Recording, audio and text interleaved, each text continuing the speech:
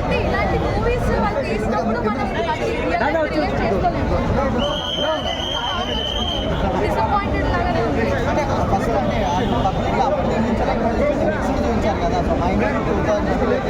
Story పక్కన పెడితే overall movie అంతగా ఎక్స్పెక్టేషన్స్ ఎక్కడే అనిపించింది.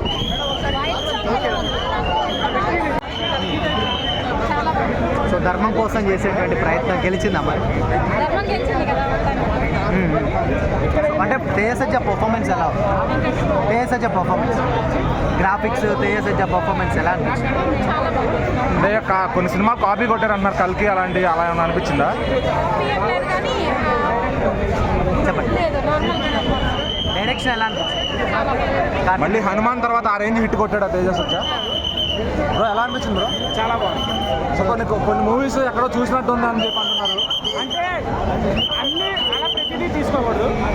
కల్కి ఆకారం ఎలాగో అవుతుందో ఇక్కడ కూడా సేమ్ అలాగే, తనకి కల్కి ఎలా ఉందో ఇక్కడ కూడా అలాగే ఉంది. సో దేవుడి పేరు మీద తీశారు కదా మరి సినిమా సేమ్ కోదండరాముడి స్టోరీ. తెలుగు ఇండస్ట్రీ ఇంకో బ్లాక్ బస్టర్ వచ్చింది అనుకోవచ్చా? యాక్షన్ సీన్స్ అన్ని చాలా బాగుంది. చాలా బాగుంది. మ్యూజిక్ ఎలా అనిపించింది? చాలా బాగుంది. బ్యాక్గ్రౌండ్ మ్యూజిక్ చాలా బాగుంది.